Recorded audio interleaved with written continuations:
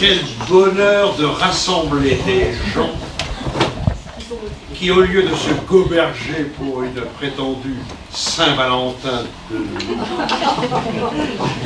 ont choisi de venir s'ennuyer ici sur un sujet qui n'est pas particulièrement folichon et pourtant un sujet qui nous concerne réellement tous les jours. Alors, je ne voudrais pas vous abreuver, mais moi j'ai mon petit livre rouge. Ça fait 5 livres et demi. C'est le Code général des collectivités territoriales. C'est ce qui réglemente le fonctionnement de nos administrations territoriales,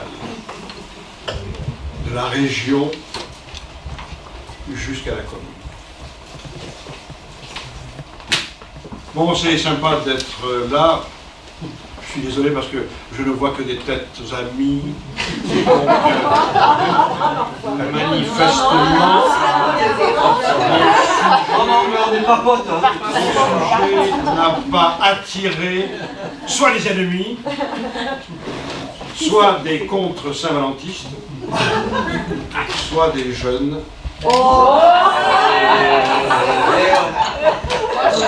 Ça m'a été dit dans le couloir. Je suis donc obligé de restituer le propos de cette personne qui est tout à fait admirable de m'avoir rappelé qu'effectivement il n'y a pas de jeunes ce soir à part un ou deux, et non tous, bien sûr. Il m'est venu à l'idée l'autre jour, en bavardant avec Dominique, de lui proposer une intervention sur la démocratie locale. Ce n'est donc pas un spectacle en lui-même, c'est quelque chose qui est mûri, mais pas totalement. Mais il correspond tout de même à quelque chose de très vif. C'est comment peut-on vivre ensemble sur un petit territoire qui s'appelle la commune. Vous savez que il y a très longtemps, chez nos amis les Grecs, où nous pourrions aller nous faire voir. Imaginez cette cité d'Athènes, où les habitants se réunissent tous les jours dans une assemblée et ils votent. Et puis, pour leur préparer le vote, on va tirer au sort 500 citoyens qui vont pré-mâcher le travail du législateur. Et puis, il y a les magistrats. Alors, il y a les magistrats qui sont tirés au sort, eux également. Il y a ceux qui sont élus et qui vont appliquer la loi. Et puis, il y a les juges. Alors là, c'est merveilleux. Les juges sont 6000 à Athènes. 6000. Et ils jugent tous les cas de figure. Et notamment un cas qui s'appelle l'ostracisme. Ostraciser quelqu'un. C'est merveilleux. Eh bien, on réunit des Athéniens, on leur donne un petit tesson de céramique sur lequel est inscrit un nom, On les met dans une enceinte où ils ne doivent pas sortir jusqu'au moment de la décision et ils présentent le tesson, qu'on appelle l'ostracoun. Et s'ils sont 6000 à voter le bannissement du chef de la cité, il est banni. Merveilleux, ça. Merveilleux. Bon, et effectivement, dans les autres cités romaines, ça ne se passait pas comme ça du tout. Donc les Grecs étaient démocrates, oui, mais pas trop. Un petit peu à Athènes et peut-être un peu moins ailleurs, mais tout de même, ça nous a inséminé cette... Aujourd'hui, j'ai envie de vous parler de la commune. Ces braves Romains ont écrit que cum avec, munus, la charge, le devoir, le droit. C'est donc un partage ensemble des droits et devoirs. Oh, super ça. Et ils avaient une solution pour faire vivre une commune.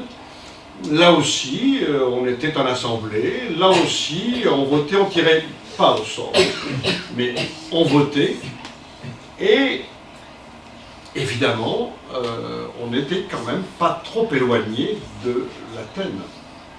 Si ce n'est que ceux qui pouvaient élire, ceux qui pouvaient voter, étaient des citoyens qui avaient donc le droit de citer. Ça n'était pas, comme on disait à l'époque, des métèques. Ça veut dire des gens qui viennent de l'extérieur. Donc, j'ai vu sur les murs de cette ville de Bergerac qu'il y avait une liste qui s'appelait Bergerac en commun. Ben, le terme commun me paraît celui qui est le plus adapté à ce que l'on pourrait souhaiter. Mais, avant d'en revenir là, tout de même, il y a eu une période sombre. Au Moyen-Âge, c'était plutôt sympa. On pouvait s'exprimer et élire les gens qui allaient vous diriger pendant des années. Mais quand les rois ont mis la main sur le pouvoir, bah, ça a un petit peu changé.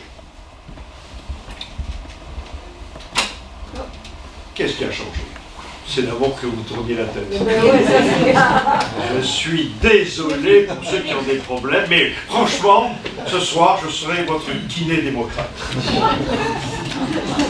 Et même, voyez, attention, je monte, j'aspire à la démocratie en vous montrant...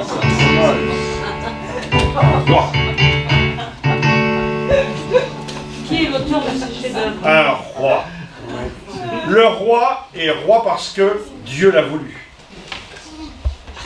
Donc on ne peut pas le blasphémer, lui, parce qu'il est Dieu lui-même. Donc il a mis, ou il a tenté de faire main basse sur la ruralité et les villes. Donc on a à l'époque des rois, des communes qui sont des paroisses, donc qui appartiennent à l'Église. Et puis d'autres territoires qui ne sont pas des paroisses, mais qui sont des territoires seigneuriaux parce qu'ils sont calqués sur l'impôt. Et quand on traversait la France à cette époque, autant de lieux, autant de droits, autant de coutumes, mais pas forcément de démocratie, puisque le seigneur était celui, le seigneur et puis l'autre seigneur, le grand. Donc il y avait deux seigneurs pour dire aux Français que le bon choix, c'était eux. Et puis arrive cette merveilleuse révolution. La Révolution française. La nuit où tout se passe, eh bien on abolit la commune. Ça va être voté quelques mois après, mais la commune, on abolit la commune. On crée la commune.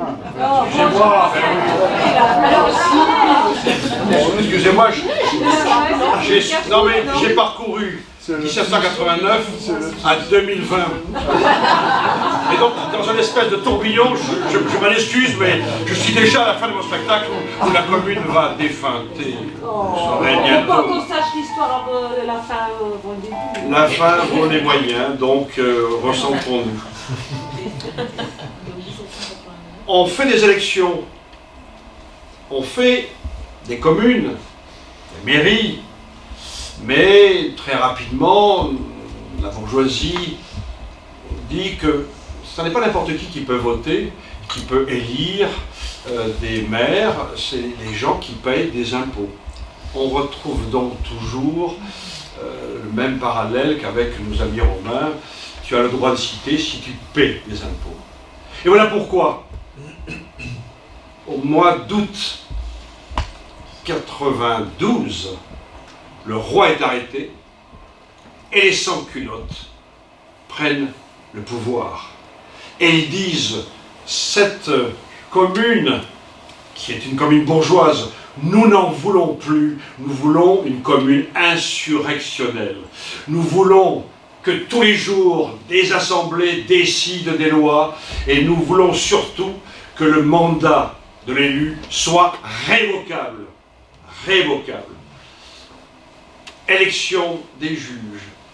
Pendant 1 an et demi, cette commune insurrectionnelle va donner des billes à tous les gauchistes de la terre qui vont venir, puisque même Marx va citer cette période très courte, parce qu'elle est très courte, parce que la réaction arrive.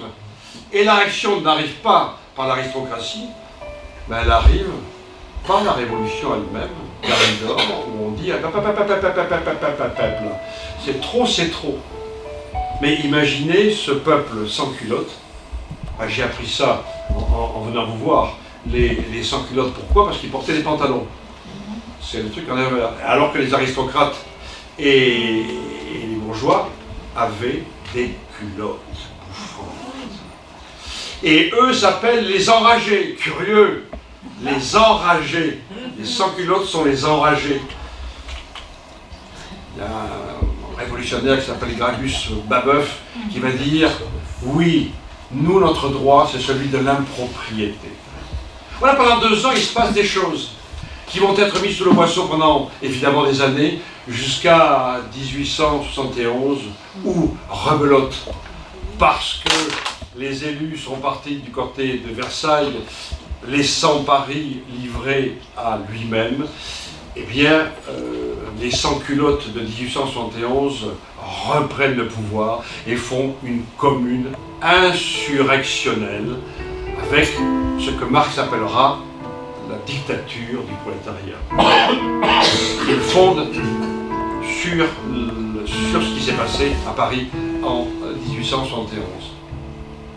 Oui, mais bon, ça n'a pas duré autant que les impôts. Hein.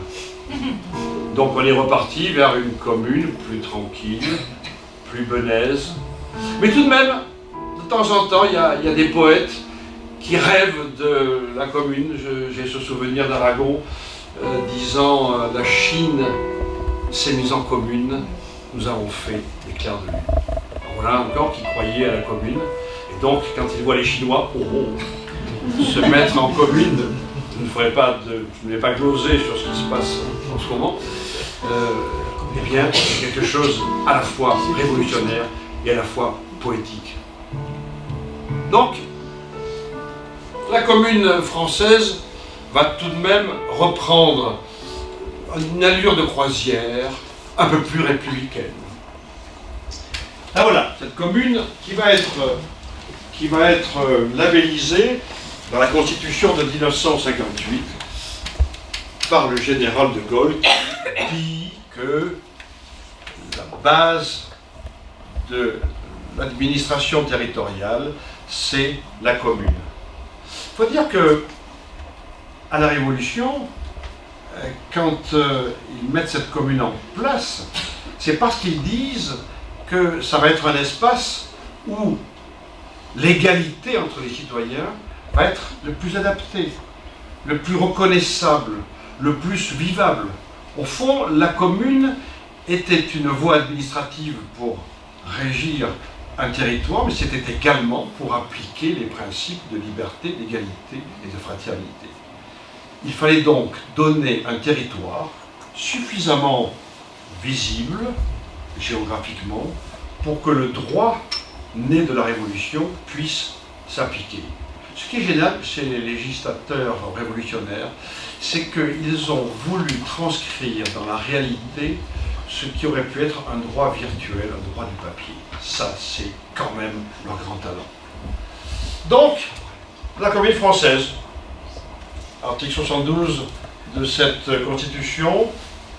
Alors on a, excusez-moi, je vais faire un petit rappel qui sera malheureux pour tous ceux qui sont déjà conseillers municipaux, maires et qui connaissent la chose par cœur, mais j'aime bien la, comment dirais-je, y revenir. Le maire va donc gérer les intérêts de sa commune. Jusque-là, pas de problème. Il est élu lorsque la commune a moins de 1000 habitants par une liste susceptible d'être panachée. Une liste plurinominale à 2 tours, je crois. Ça y est, j'ai réussi à le sortir. Au-dessus de 1000 habitants, ça commence à n'être plus du jeu, puisque les listes, et donc la politisation, entre guillemets, peut apparaître, et là, les règles sont évidemment, ne sont plus les mêmes. Ce maire, à côté de la gestion de cette commune, il a une fonction de service public qu'on oublie assez souvent.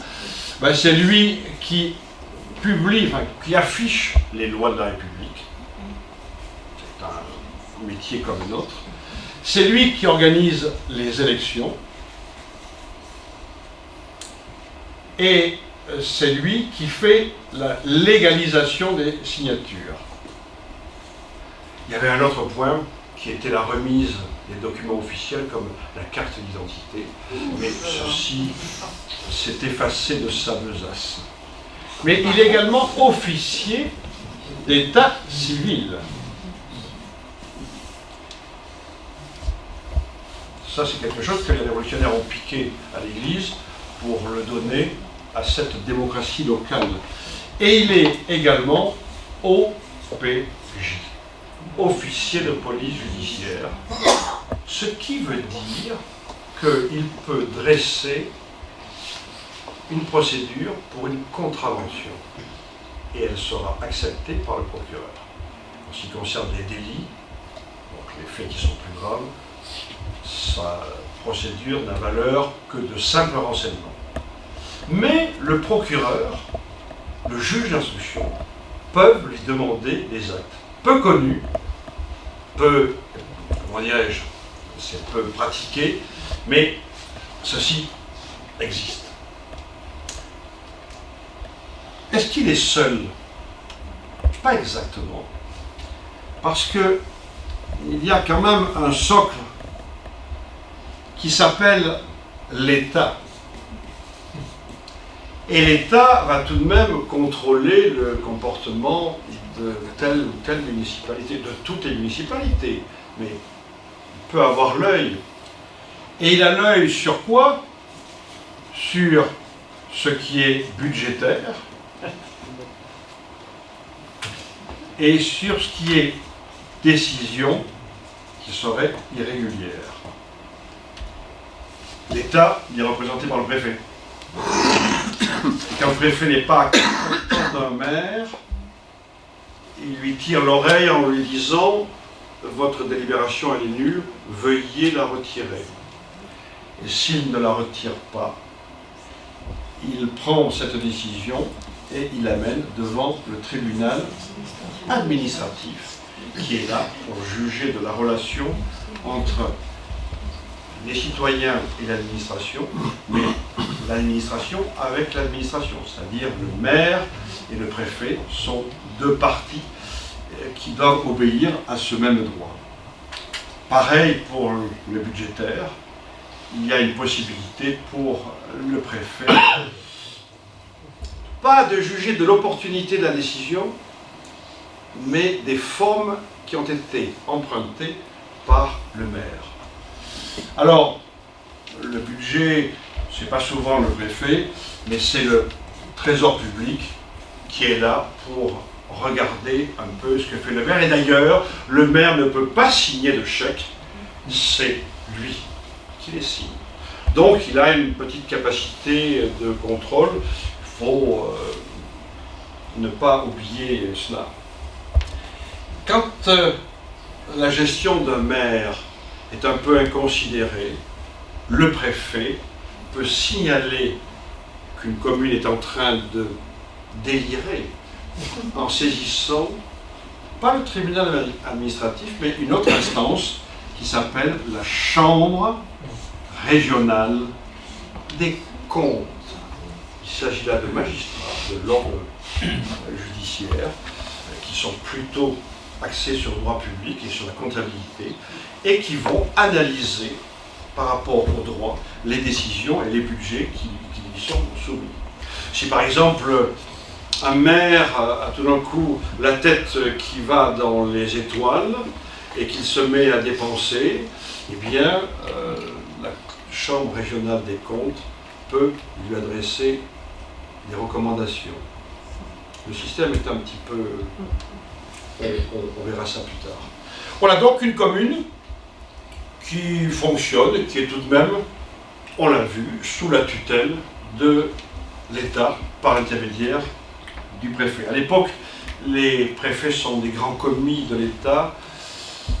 Aujourd'hui, j'aurai une autre vision de leur fonctionnement, mais à l'époque, c'était des grands commis de l'État. On n'allait pas leur chatouiller les doigts de pied, mais ils n'étaient pas très risous, mais ils appliquaient le droit. Et ça filait relativement droit. Et là, maintenant? Il y a une évolution. Une évolution qui est due à ce qu'on demande au préfet, ou à ce qu'on leur demande moins ou plus. Et puis qui ils sont et d'où ils viennent. On a un petit peu fait un turnover qui est un petit peu changé. Alors, la France a dit cette tutelle de la commune est insupportable. Il y en a marre de cette monarchie qui continue à emplir le nez et les placards. Il faut décentraliser, il faut redonner le pouvoir au peuple. Donc, depuis la moitié du XXe siècle, on agite le grelot de la décentralisation. Il faut absolument que le pouvoir revienne à la base et que nous, en haut, on l'abandonne. Ben, le premier à avoir dit ça, je prends 30 secondes pour le dire, ben, c'est le père de Gaulle. Dans son référendum de 69, qu'il a bien fait exclure, il avait commencé à dire des choses comme ça. On va sauter Pompidou qui, lui, ne va pas totalement fonctionner dans ce sens, mais Valéry Giscard d'Estaing a fait un rapport, je vous l'écris parce que tout de même, il faut que vous le sachiez, et pourtant je ne suis pas un végéiste, un rapport qui s'intitule, écoutez ça, Vivre ensemble. Et c'était un organisme qui s'appelait la DATAR, qui était effectivement à la manœuvre pour faire cette... Et il y a eu des textes sur les pouvoirs de la commune, sur son autonomie financière, et il n'a pas eu le temps d'aller plus loin, puisque François Mitterrand est arrivé, et nous avons l'homme au chapeau. Alors, je ne sais pas si ça me dit quelque chose, l'homme au chapeau, sous Mitterrand. Gaston! Il n'y a pas le téléphone, il y a deux faits. 1982, les lois sur la décentralisation. Là, on dit, le préfet dehors, nous voulons être libres, nous voulons être indépendants. Et donc, de 82 jusqu'à maintenant, on va faire un empilage, mais un empilage de textes, où tantôt je lance ma canne, je reprends un peu de pouvoir, tantôt je laisse un petit peu de mou, et donc la loi, parce qu'il y a l'acte 1, l'acte 2, l'acte 3 de la décentralisation, c'est remarquable à lire et à essayer de comprendre la colonne vertébrale de ce qui a été voulu. Bon, peu importe. En tout cas, l'idée, c'est que les maires soient indépendants et qu'ils aient des ressources propres. Et qu'ils aient une compétence générale. On appellera ça la clause générale de compétence. Alors, au lieu de dire la clause de compétence générale, peu importe. C'était comme ça d'ailleurs que, sous la Révolution, et même après, sous De Gaulle, les communes, quand il s'agissait du cadre normal de l'intérêt local, avaient toute latitude pour prendre les décisions qu'ils voulaient. Ils n'avaient pas besoin de loi leur permettant de dire « vous pouvez faire ça ». Je dis ça, c'est le principe. Parce que la réalité, avec notamment le préfet, ce n'était pas tout à fait évident. Donc on va de 1982, je vais quand même sauter très vite parce qu'on pourrait y passer le réveillon. Il y a M. François qui arrive, M. Hollande. Et il va faire une loi qui s'appelle la loi NOTRe. Nouvelle organisation du territoire de la République. Vous constaterez tout de suite que le E de République, qui est tout petit, ça m'a intrigué au début. Je pensais que c'était un truc informatique, mais pas du tout. C'est une République curieusement amoindrie qui apparaît là, mais on ne sait pas très bien comment elle est amoindrie. Parce que la loi NOTRe, en fait, va valoriser tout ce que les gens pensent. Il y en a marre des communes, ça nous coûte trop d'argent. Il faut concentrer, concentrer, concentrer. Donc, si on pouvait supprimer les départements, ça serait peut-être un bon plan. La région pourrait être... elle ferait tout, la région. Elle ferait tout. Et effectivement, Nicolas Sarkozy a été jusqu'à penser qu'on pourrait supprimer les départements. Il est battu en 2012 et donc François Hollande arrive avec un système qui est également dans la même voie, qui est une voie très ancienne, qui est une voie qui remonte au XXe siècle. Ça veut dire, ces communes, il y en a trop, ça coûte trop cher, il faut absolument, il faut pousser. Et François Hollande décide, dans un ou l'autre, que à la fin de son septennat, eh bien, les communes seraient mariées de gré ou de force. Et donc, on a finalisé pour les grandes villes qu'on appelait des communes, des CAB, voilà, c'est ça. Pour les plus petites, des communautés de communes. Et puis il reste plus rien. Et qu'est-ce qui s'est passé pendant les années de M. Hollande? C'est que, comme la loi était assez mal écrite, qui était l'arbitre? Qui était le comptable? C'était le préfet. Et le préfet a organisé des mariages plus ou moins forcés, plus ou moins contraints, en disant, écoutez, ça va être merveilleux, regardez, on va pouvoir mutualiser les dépenses, on va pouvoir gagner de l'argent, et puis si une petite commune a des besoins qui ne peuvent pas se payer, mais nous on va payer à sa place, enfin, c'est tout. Et surtout, on va économiser. Parce que le but de la manœuvre, c'est effectivement ça, c'est d'économiser un maximum. Alors, c'est vrai que...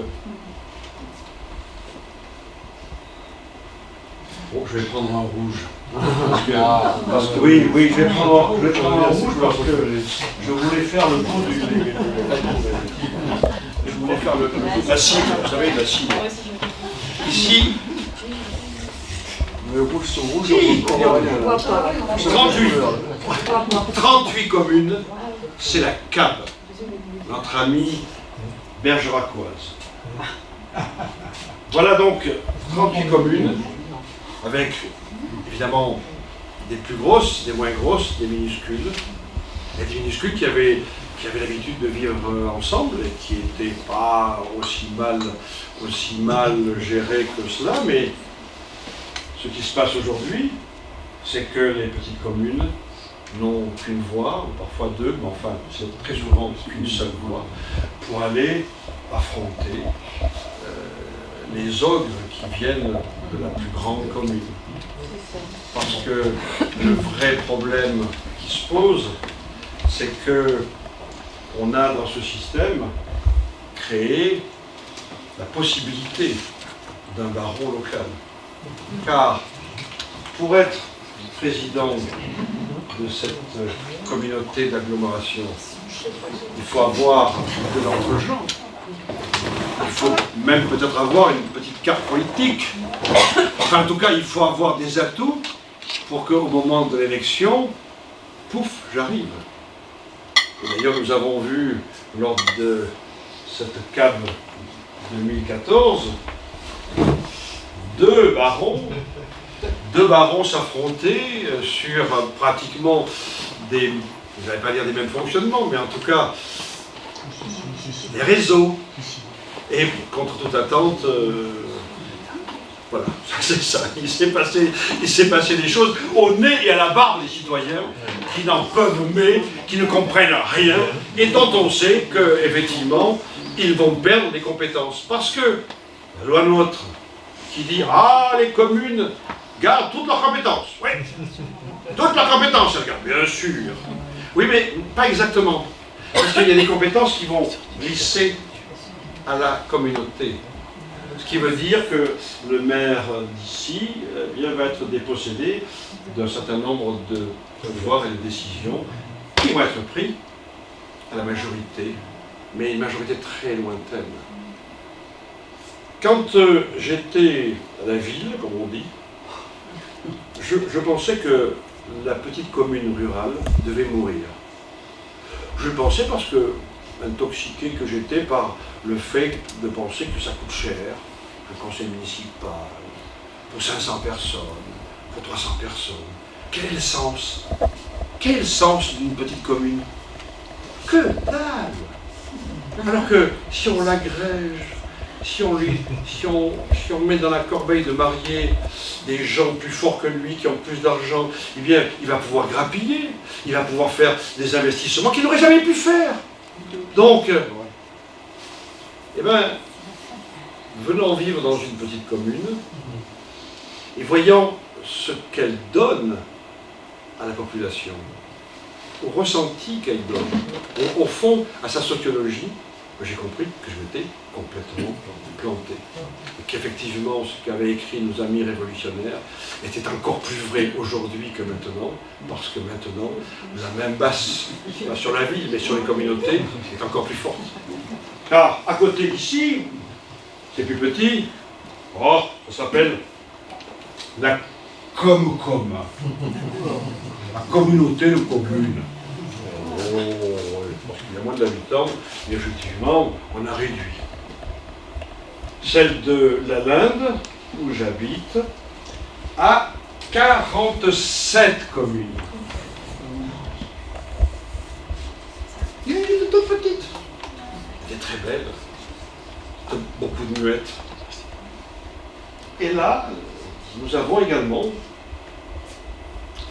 un autre chef qui est là parce que, justement, il est mis en place par ce qui est normal, le réseau légal, légitime, du fonctionnement actuel des institutions. C'est la majorité, en réalité, politique, qui gagne. Et donc, dans ce copier-coller découpage imposé par la République française, une chatte ne retrouverait pas ses chatons. Car, pour savoir quelle est la compétence des uns, la compétence des autres, comment ça se partage, comment ça se traduit, parce qu'il y a des compétences qui sortent de la CAB, qui vont au département, à la région, à l'État. Enfin, ça vibrillonne, ça vibrillonne. Donc je défie quiconque de faire un cours sur les compétences des uns et des autres. Je le défie. Même nos amis politiques, j'aimerais bien qu'ils viennent aujourd'hui nous expliquer comment ils fonctionnent, comment ça fonctionne. Parce qu'à côté de ça, comme une petite air guillemets, une chanson, une partition, une petite musiquette, voilà, très bien. Il y a des syndicats intercommunaux. Les syndicats intercommunaux, ils sont au-delà des com-com, mais tout en y étant, dans les câbles. C'est quoi les syndicats? Oh, c'est pas mafieux. Ça s'occupe de services publics. Parce que les syndicats, ils s'occupent, regardez, de l'électricité, de l'eau, de l'assainissement, et des déchets, j'avais oublié. J'avais oublié les déchets. Alors il y a des élus, quelques élus, qui sont là, et qui doivent parler au nom des mairies, puisque toujours le pouvoir est partagé, mais qui n'y comprennent rien.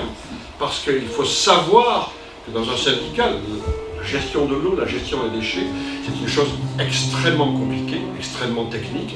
Il faut donc un apport technique, mais il faut également une réflexion politique. Et ça ne peut pas s'inventer. Un jour, là, je suis invité au syndicat, je vais prendre mon jeton de présence, et puis je m'en vais. C'est comme ça que ça se passe. Et ces syndicats-là, l'électricité, eau, déchets, c'est quand même notre argent et notre fonctionnement. Notre fonctionnement. Nous redoutons qu'il n'y ait pas beaucoup, comment dirais-je, de dialogue avec la population et qu'il n'y ait pas beaucoup d'ouverture des marchés. Parce que, revenons à nos amis les déchets, nous avons un syndicat mixte qui s'appelle maintenant le SM D3 de Gibraltar, qui est dirigé par le maire de Neuvic, M. Roussel, et M. Colbach, le maire de Trélissac. Donc une option gauche et une option droite. Eh bien, je ne peux pas dire que la lisibilité du SMD3 soit merveilleuse. Son arrivée sur le territoire non dialogué, non discuté avec le public, me pose certaines questions. Et, comme pour tous les autres, je me pose des questions des gens qui pourraient être derrière. Parce que Suez, Veolia sont tout de même des partenaires qui sont très proches de ce système-là. Et qu'est-ce que ça fait comme différence? Ça fait que la mairie ne peut plus dialoguer quand elle est enfermée dans une instance comme ça. La mairie ne peut plus dialoguer pour discuter des contrats à venir concernant l'eau et l'électricité. D'ailleurs, je signale que ici, nous avons pour l'eau des gens qui ont été intelligents, qui au lieu de faire les gens à courte vue comme les autres, ont fait une régie de l'eau. Et l'eau est moins chère, et surtout, nous la payons au trésor public. Car le trésor public dont je parlais tout à l'heure, qui est une garantie de bon fonctionnement d'une gestion, eh bien, quand il encaisse, vous savez quoi? Vous pouvez dire, tandis que les autres reçoivent des factures de Suez, de Veolia. Il y a eu une très belle bataille du côté de Montpont, où Veolia a été expulsé parce qu'avant ils avaient signé un contrat pour 30 ans, et c'est donc une petite société de Biarritz qui s'occupe de l'assainissement, qui s'appelle Agur. Je vous le dis comme ça, si jamais un jour vous êtes au pouvoir.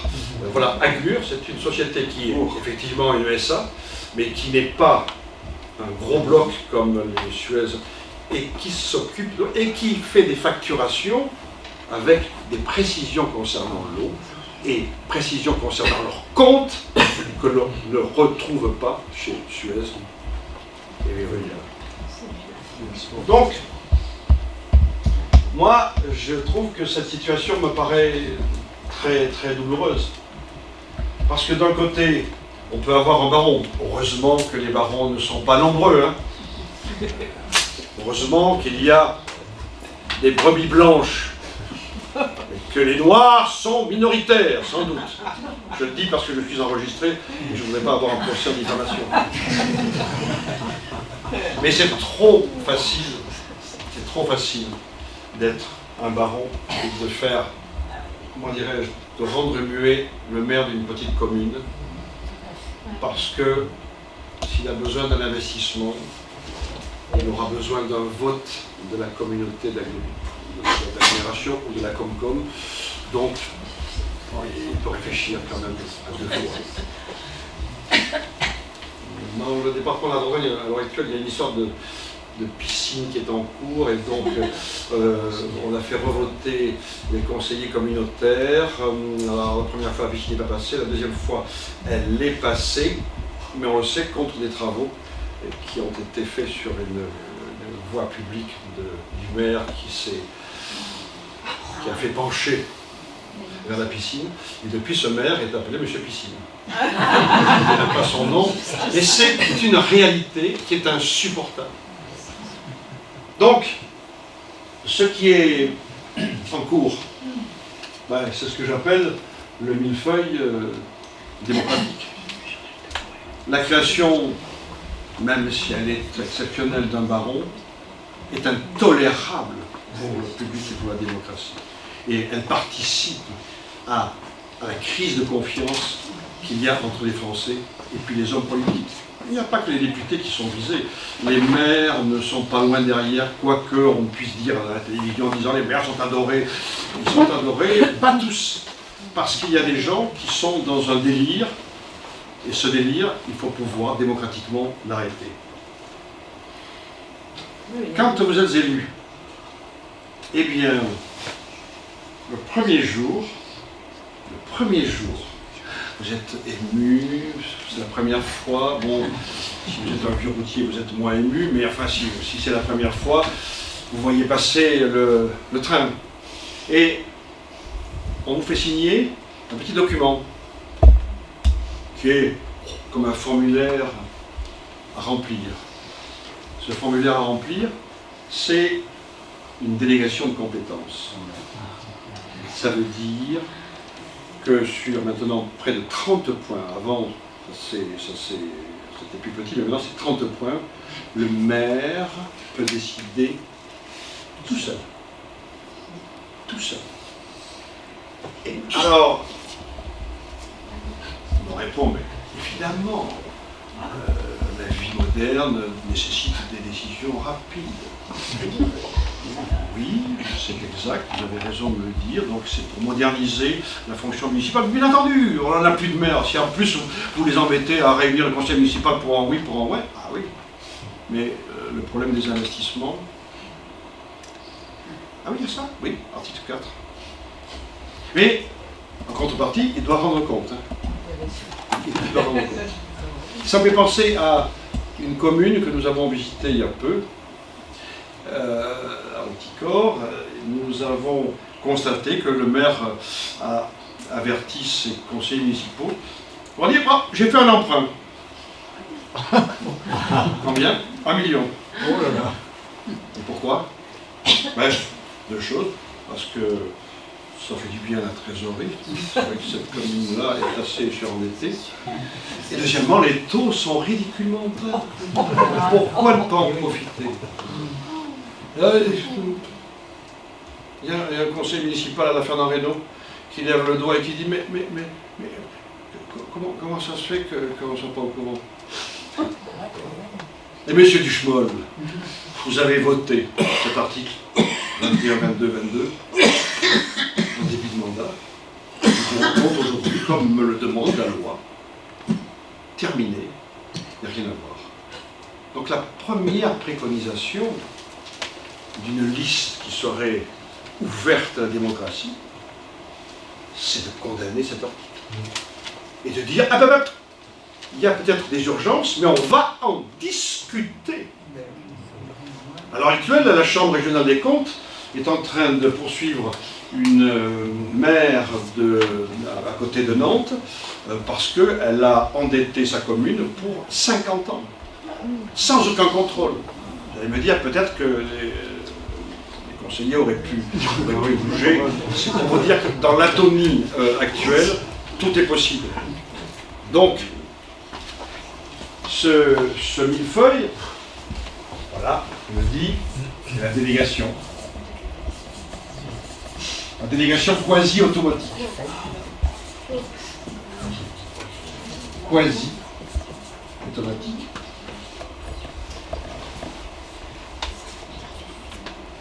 Donc, vous comprenez bien qu'un maire qui est élu, qui a le charisme et ce pouvoir-là, il peut très vite basculer.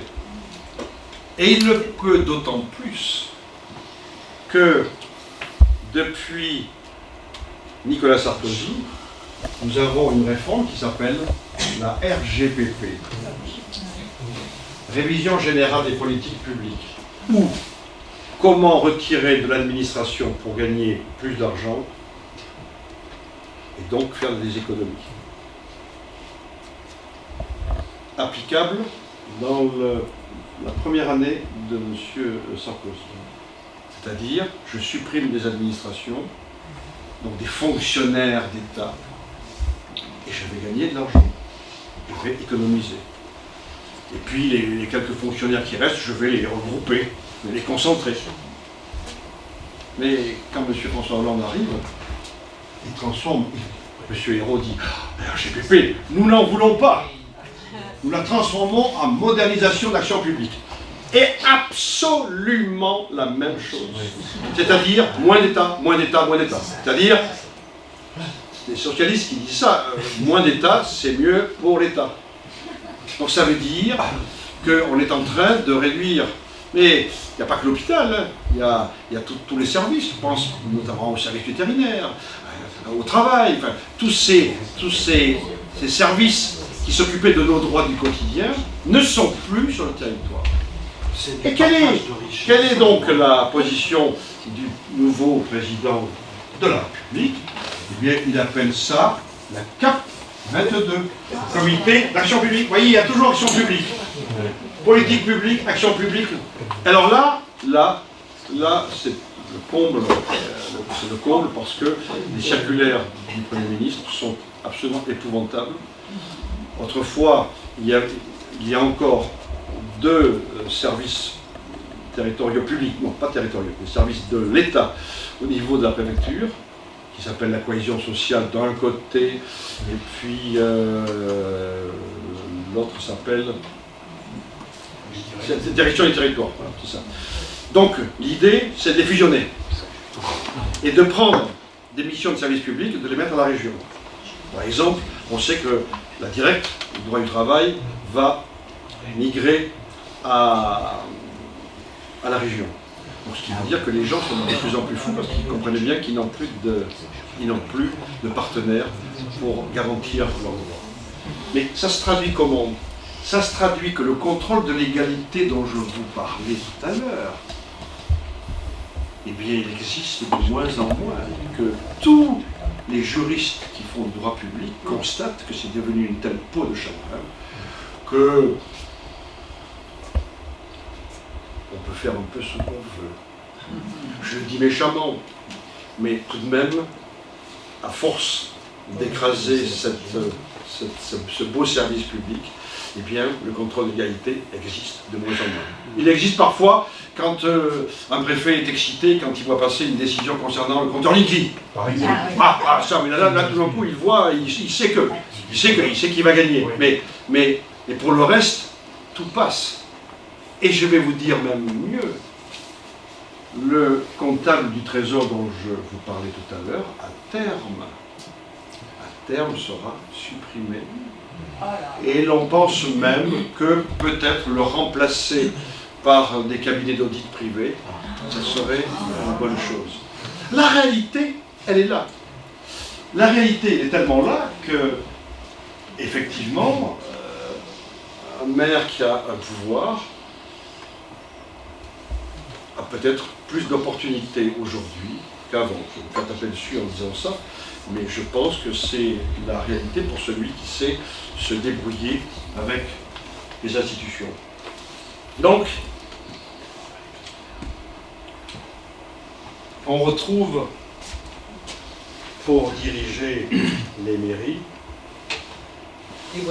un corpus d'individus qui semble parfois être sorti d'une autre planète. Je ne parle pas des petites communes, je ne parle pas d'ailleurs de l'ensemble des maires qui font leur job et qui ne participent pas à cette espèce de folie furieuse, médiatique ou vengeresse dans lequel ces nouveaux candidats se mettent en lice.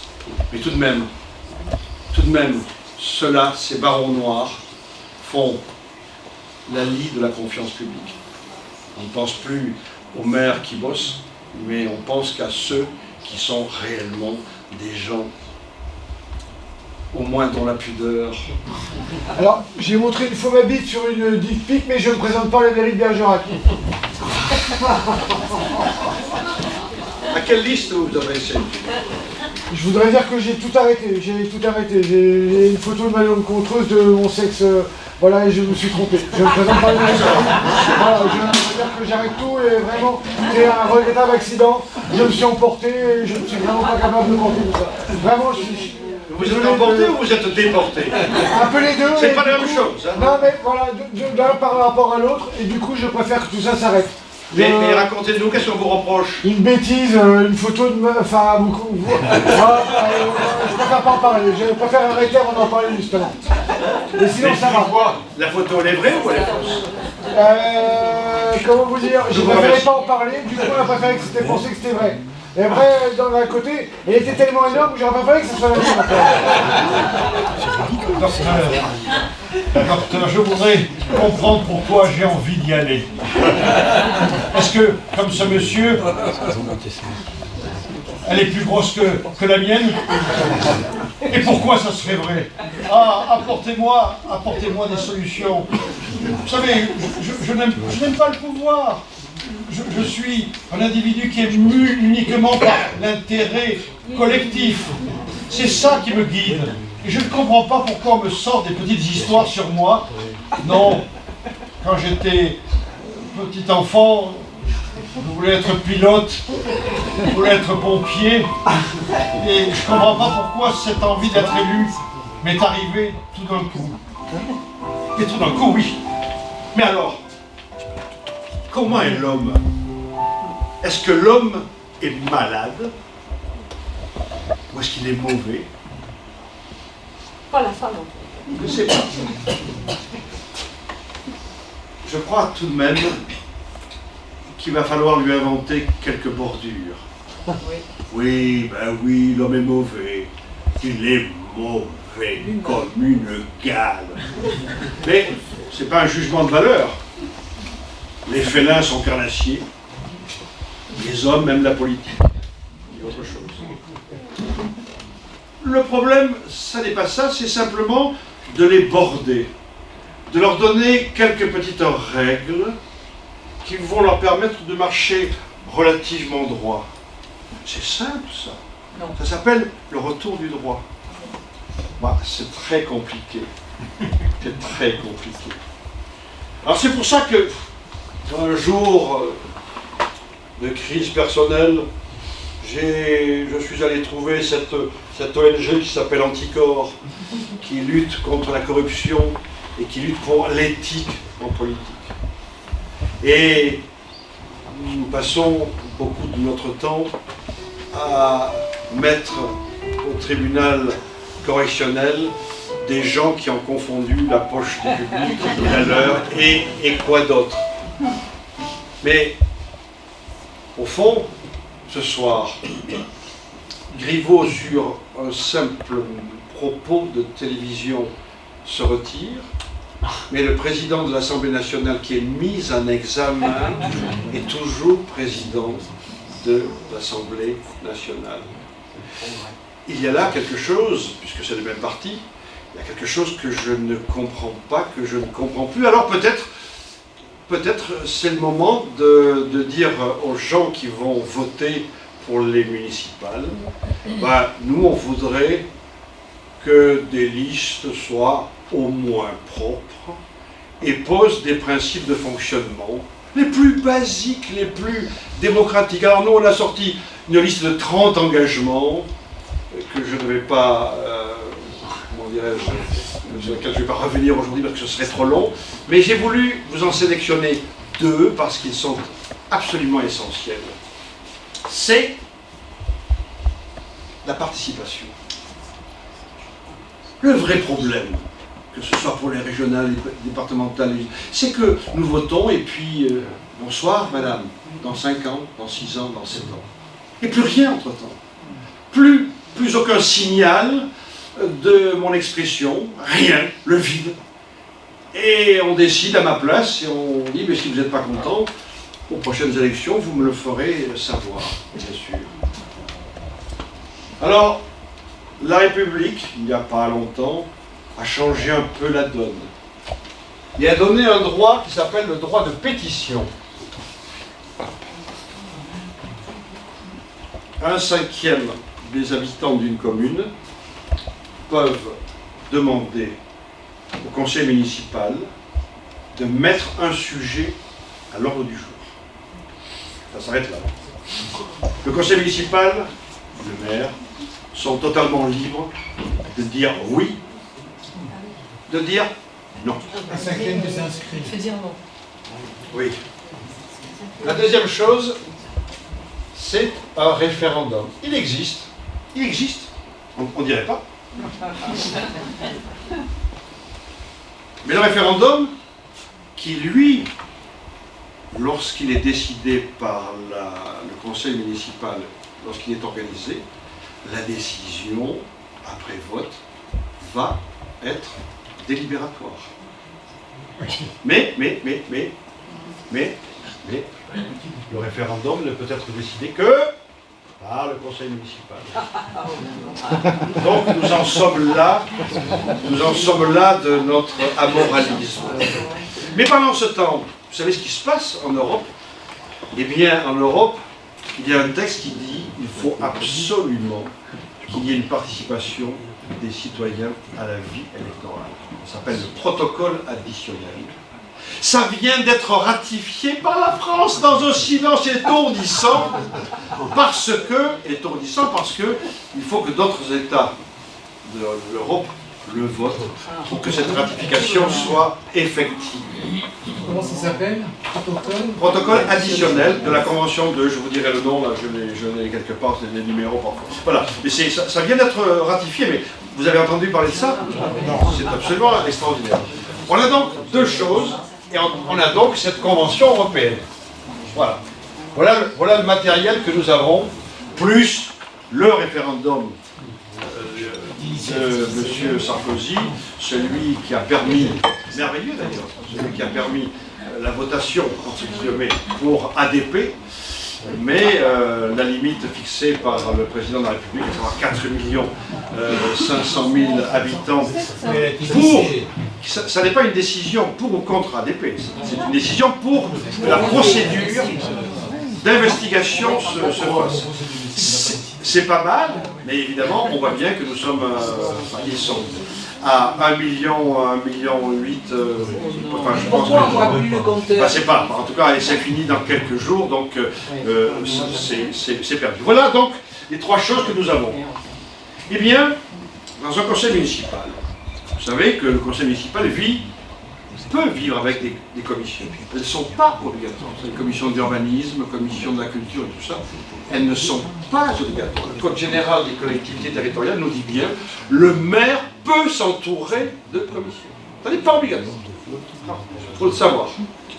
Eh bien, nous proposons que ces commissions se transforment en commissions extra-municipales ou des extra-municipales en municipales, à savoir que des habitants de la commune, soit sur une liste de volontaires, soit par tirage au sort, c'est fonction de l'attitude du conseil municipal, viennent participer en tant que membres ayant droit de vote dans cette matière-là.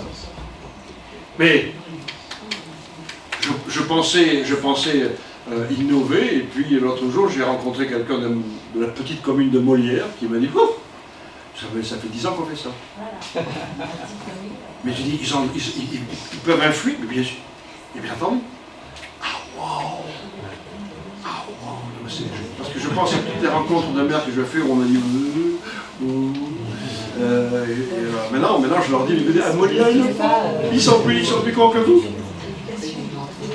La troisième chose, donc, la commission au sens plein.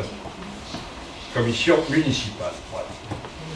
Ensuite, un droit ouvert aux habitants d'intervenir durant les conseils municipaux. Avec suspension du conseil municipal, la personne intervient et le conseil municipal décide si effectivement le sujet qui a été traité par l'habitant mérite une mise à l'ordre du jour à un autre conseil municipal ou si effectivement on peut faire un débat immédiatement. Ça existe. Il y a une commune, je peux vous dire laquelle, c'est la commune de Bouguenais, celle où il y a l'aéroport de Nantes, qui la pratique. Donc, ça n'est pas une folie, et si, bon, on peut me rétorquer, mais oui, mais enfin, si on a un forcené, eh bien, pouvoir de police du maire, et puis vote du conseil municipal pour dire non, écoutez monsieur, on vous exclut. Vote du conseil municipal. Au-delà peut-être du pouvoir du... Et la troisième chose, ce sont, comment dirais-je, des possibilités pour le conseil municipal de rencontrer les riverains d'un projet à venir. Ça, c'est une chose qui est passionnante à faire parce qu'effectivement, il s'agit là pratiquement d'un véritable débat sur un projet à venir. Donc, quelque chose de très fort. Et puis, réunir des habitants sur l'avenir de la commune. Et l'avenir, c'est quoi? Qu'est-ce qu'on veut de cette commune? Est-ce qu'on veut un supermarché? Est-ce qu'on veut que ce soit une terre de résidence secondaire? Quel futur on souhaite pour la commune? Eh bien, les habitants et le conseil municipal, qui sont issus du même terroir, ont compétence pour réfléchir à ça. Et lorsqu'une loi arrive, une loi de structure arrive pour imposer une décision d'orientation, eh bien, le conseil municipal peut dire à sa Comcom, nous avons réfléchi, nous pensons que, nous avons même voté la délibération un tel. Voilà, ça c'est une position du maire qui, dans une communauté de communes, a la capacité, et en a, pour s'opposer au chef qui est en haut et qui décide à sa place, même si l'urbanisme n'est pas de la compétence des communes, puisqu'il a migré maintenant à la maison mère. Ça, c'est une chose qui est tout à fait réalisable. La possibilité de la voie référendaire, elle est pour l'instant illégale. Ce qui veut dire que si un maire décidait de mettre ce système de manière chronique dans son fonctionnement, le préfet sauterait sur l'occasion pour lui dire « hop, hop, tribunal administratif ». Mais rien, en tout cas rien, aucun texte n'empêche d'organiser ces référendums, ou en tout cas de les mettre dans le fonctionnement de la commune. Le maire ne risque rien de le faire. Il sera même plutôt accueilli favorablement par la critique en disant « Regardez, ce pauvre maire qui donne la parole aux citoyens, il se fait condamner par le préfet et par la justice administrative. » Donc c'est la participation. L'autre parcelle, c'est l'éthique. L'éthique, c'est un mot terrible qui fait peur. Ah, l'éthique, mais qu'est-ce que c'est que cette horreur? C'est pas la bestiole qui pue. Donc, moi, je vous transformerai ça en morale, en déontologie, comme vous voulez. En tout cas, c'est s'appliquer un certain nombre de règles qui visent le bon sens, qui visent la probité, et qui visent la transparence. Et elles sont très faciles à mettre en place. Donc, je vous cite une petite commune qui est à côté de Montpellier, qui s'appelle Théron, et qui a mis en place une commission d'éthique, qui est une commission municipale, comme les autres, avec les mêmes pouvoirs, avec des conseillers municipaux. Alors comme là il y a 5000 habitants, c'est des listes, donc il y a un petit découpage, mais le découpage fait que la municipalité majoritaire n'a pas la majorité dans cette commission d'éthique. Pourquoi? Parce que cette commission d'éthique est composée d'un nombre XY de bénévoles et qui vont participer aux travaux de cette commission d'éthique. Alors, soit par tirage au sort, soit par liste de bénévolat. Je pense que le bénévolat serait peut-être plus adapté que le tirage au sort parce qu'il faut quand même avoir quelques notions de ce que c'est que l'éthique pour pouvoir fonctionner. Mais, dans cette commission d'éthique de Théron, tous les gens qui ont un sujet à aborder, qui ne veulent pas, pour des raisons XY, le traiter avec la mairie, adressent une lettre à ce comité d'éthique, qui la lit, qui l'instruit, et qui décide s'il faut aller plus loin, c'est-à-dire saisir le conseil municipal. Et donc, ça c'est la vision, comment dirais-je, de médiatisation de l'éthique, c'est qu'effectivement, vous savez, dans ces villages ou dans ces villes où il y a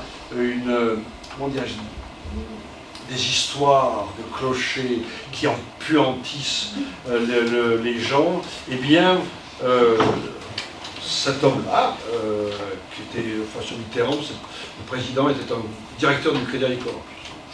Eh bien, ouais, il a merveilleusement fonctionné et il a éludé des problèmes, il les a aplanis et il a effectivement indiqué, dans certains cas, que le conseil municipal n'avait pas le droit de faire ce marché public parce qu'un tel qui était élu avait des intérêts. Car ce président, il a dans son coffre-fort la déclaration d'intérêt de chacun des membres du conseil municipal, déclaration d'intérêt de lui et de sa famille. Quels sont ses biens immobiliers? Quels sont ses biens fonciers? Quelles sont ses participations à une société commerciale, anonyme ou autre?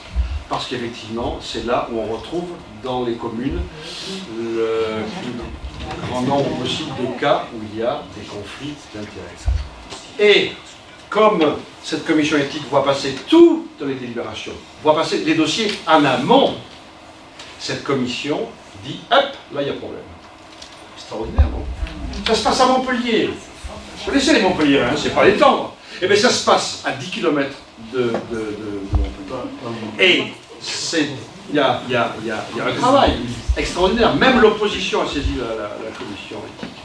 Ce qui veut dire que ce nouvel acte, ce nouveau paramètre, c'est ça qui va pouvoir changer réellement la donne. Moi, je voterai sans réfléchir pour une liste qui va mettre ça à son programme, parce que je sais que j'aurai les moyens de participer, j'aurai les moyens d'être associé à l'avenir de ma commune, et il y aura un contrôle sur d'éventuelles indélicatesses. C'est quelque chose de fondamental. Et ça va arriver parce que les communes de 10 000 habitants, aujourd'hui, ont l'obligation d'avoir un déontologue. C'est-à-dire quelqu'un qui fait ce que je viens de vous raconter, mais tout seul. Mais à 10 000 habitants, ça va concerner ici. Évidemment. Et puis, si on commence à 10 000, on va peut-être baisser la donne et j'espère, lorsque nous serons devenus propres, eh bien, elle sera obligatoire partout. mais pas un déontologue, bien sûr, une commission éthique, telle qu'elle fonctionne, parce qu'elle est composée avec des gens du territoire, et pas avec quelqu'un qui vient de la faculté de droit qu'on désigne. Et donc, à mon avis, c'est un mauvais fonctionnement, mais c'est encore un alibi. C'est une chose qui permet aux gens de dire j'ai mon déontologue, donc je fais mon job. Voilà. Donc, entre cette mamelle-là et cette mamelle-là, nous pouvons labourer un terroir qui aura enfin envie de s'engager. Et, pour terminer, j'aime bien terminer par les images, moi. Je suis un mec d'Épinal, moi. Et là, je réalise mon tour de gloire, c'est de pouvoir vous montrer cet homme de Vitruve, qui est le représentant de ce que les gens du CNR, le Conseil national de la résistance, ont voulu pour la France d'après le nazisme. C'est créer des droits, que ces droits soient réellement applicables. Voilà pourquoi les administrations ont été créées dans les départements pour chacun des droits auxquels ils ont pensé. Le droit du travail n'a existé que parce qu'on a créé une administration qui s'appelait la direction départementale du travail au plus près des citoyens. C'est ça qu'ils ont voulu. Et ils disent, ils ont écrit que s'il n'y avait pas ces droits, la société française serait sans ciment interstitiel, sans ciment pour vivre ensemble. Ça s'appelle la cohésion sociale, accepter de vivre ensemble. Au XXe siècle, il y avait autant de riches que maintenant. Peut-être un peu moins, mais il y avait autant de riches. Et comment se fait-il que la majeure partie de la population qui n'avait pas ces richesses ne se soit pas, comment dirais-je, mis en colère contre ce qui se passait déjà au XXe? Et tout simplement parce que la cohésion sociale, avec les droits tels qu'ils fonctionnaient, permettait de mettre un petit peu de calme sur la vapeur. Mais aujourd'hui, RGPP, MAP, CAP 22 font des déflagrations à long terme, que j'appelle les déflagrations gilets jaunes.